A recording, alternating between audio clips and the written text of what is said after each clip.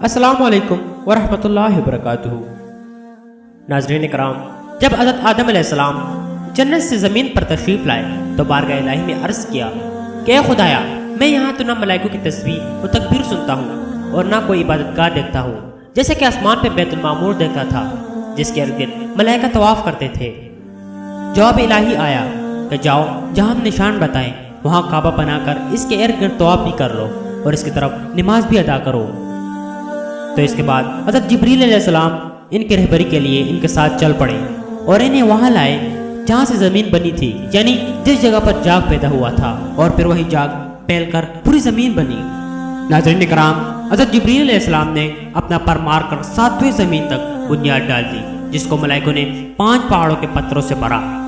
کوئی لبنان، کوئی طور، کوئی جودی اور ہیرا اور طورزیتا کے پہاڑوں سے اس کی بنیاد بھر دی گئی۔ بنیاد بھر کر نشان کے لیے چاروں طرف کی دیواریں اٹھا دی۔ اس طرح آدم علیہ السلام نماز بھی پڑھتے رہے اور اس کا طواف بھی کرتے رہے۔ ناظرین کرام، طوفان نوح تک کعبہ اسی حالت میں رہا۔ اس وقت وہ عمارت تو آسمان پر اٹھا لی گئی اور یہ کعبہ کی جگہ اونچی ٹیلی کی طرح رہ گئی، مگر لوگ پھر بھی برکت کے لیے یہاں آتے تھے اور آ کر دعائیں مانگتے تھے۔ حضرت ابراہیم علیہ السلام کے زمانے تک کعبہ اسی حالت میں رہا۔ جب حضرت اسماعیل علیہ السلام اور ان کی ماں ہاجرہ اس میدان میں آ کر ٹھہرے اور ان کی وجہ سے یہاں کچھ آبادی ہو گئی، تب حضرت ہاجرہ کے انتقال کے بعد حضرت ابراہیم علیہ السلام کو حکم ہوا حضرت اسماعیل علیہ السلام کو ساتھ لے کر یہاں عمارت کعبہ کی حد مقرر کر لی جائے۔ تو حضرت جبریل علیہ السلام نے سائے کی مقدار خط کھینچا اور ابراہیم علیہ السلام نے اس خط پر زمین یہاں تک کھو دی کہ بنیاد آدم نمودار ہو گئی۔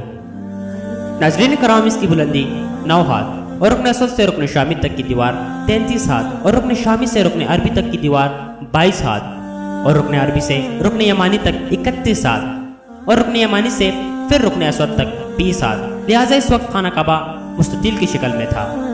حضرت ابراہیم علیہ السلام نے خانہ کعبے کے اندر ایک تغارہ سا بنا دیا تھا جو مثل خزانے کے تھا کہ کعبہ کے لیے جو کچھ نظر تحفے میں آئے اس میں رکھا جائے گا۔ اس کے 2 دروازے تھے، ایک داخل ہونے کا، دوسرا نکلنے کا، اور کعبے بنانے والے حضرت ابراہیم علیہ السلام تھے اور پتھر اٹھانے والے حضرت اسماعیل علیہ السلام تھے، اور اس عمارت میں 3 پہاڑوں کے پتھر لگائے گئے۔ حضرت ابراہیم علیہ السلام سے پہلے کسی نے یہ عمارت نہیں بنائی تھی، مگر آپ کے بعد کئی دفعہ اس کی تعمیر و مرمت ہوئی اور اس میں حالات کی وجہ سے کچھ تبدیلیاں بھی ہوئی۔ مثلا اس کی اونچائی دگنی کر دی گئی، دروازے 2 کے بجائے 1، اور اس کا رقبہ بھی کم کر دیا گیا، لیکن بعد میں پھر اسے پرانے رقبے میں ہی تعمیر کیا گیا۔ ناظرین کرام، آج کے لیے اتنا ہی، اگلی ویڈیو تک اللہ حافظ۔